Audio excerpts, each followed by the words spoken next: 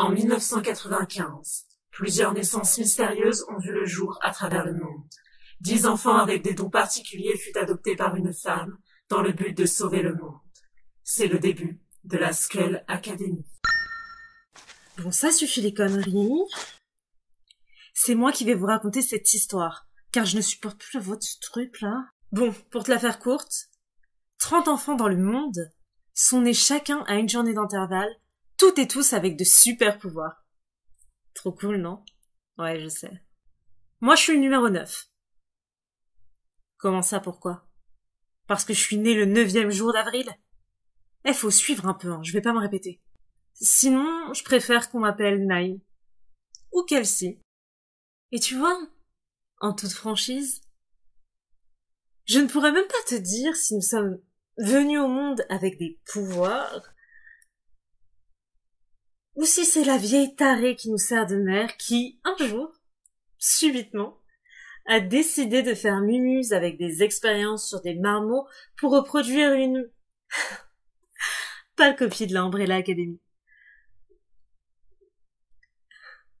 Mais tu sais quoi? En réalité, je m'en tape. Je sais pas si tu vois, mais j'ai vraiment un très mauvais feeling avec notre mère. En y repensant, c'est d'ailleurs le cas pour numéro 7, 8 et 10. On est un peu comme les vilains petits canards. Et notre mère, une connasse, égoïste, imbue de sa personne. Je dirais même incapable d'aimer ou ressentir de la compassion. Et les 6 autres de vrais lèche-cul. Enfin bref, une bonne ambiance quoi. En gros, tout a déraillé il y a quoi? Quelques années? Une de nos missions ne s'est pas déroulée, comment je dirais, de la meilleure des façons. Franchement, rien de grave, hein. Juste quelques blessés. 1, 2, 3, 4 morts. Vraiment pas de quoi en faire un drame. Évidemment, une dispute a éclaté entre la vieille Erita, la numéro 7. Je m'en suis mêlée, ainsi que Pixie, la numéro 8, et Gina, la numéro 10.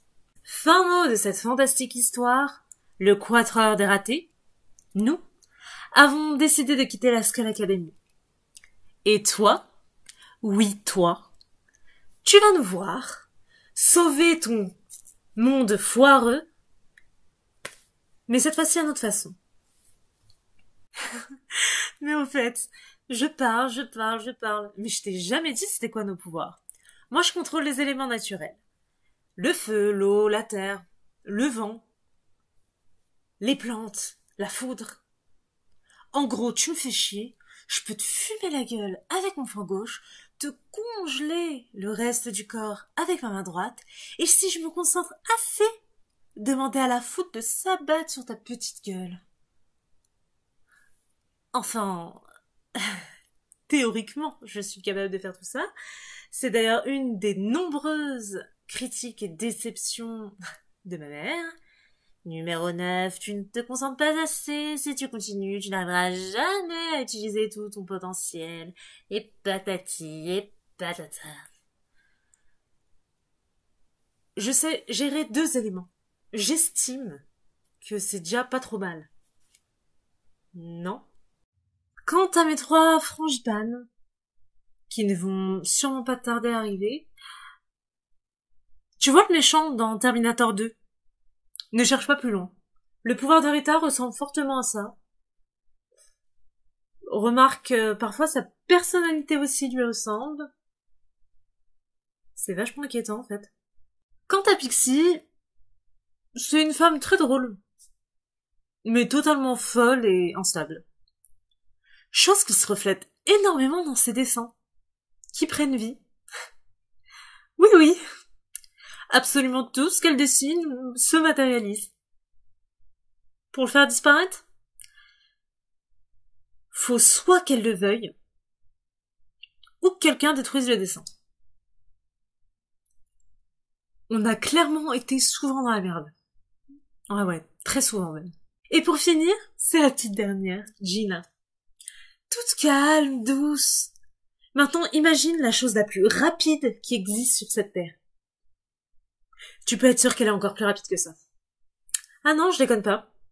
Et pour couronner le tout, le pompon sur la Garonne, elle passe à travers absolument tout. Combien de fois je l'ai pas vue arriver? J'ai cru que j'allais mourir de peur. Ah non, elle a clairement la discrétion d'un ninja. Y a pas de doute. Bon. Ce n'est pas que je me fais chier, mais je me fais chier. Tu commences légèrement à me gonfler et me taper sur le système. J'en ai marre de devoir te parler de ma vie pour que tu daignes me donner quelques informations. Donc maintenant, tu vas être gentil et me dire comment retrouver les membres de la Umbrella Academy pour que j'aille les chercher et qu'ils règlent la merde qu'ils ont foutue. Bienvenue dans la Skull Academy.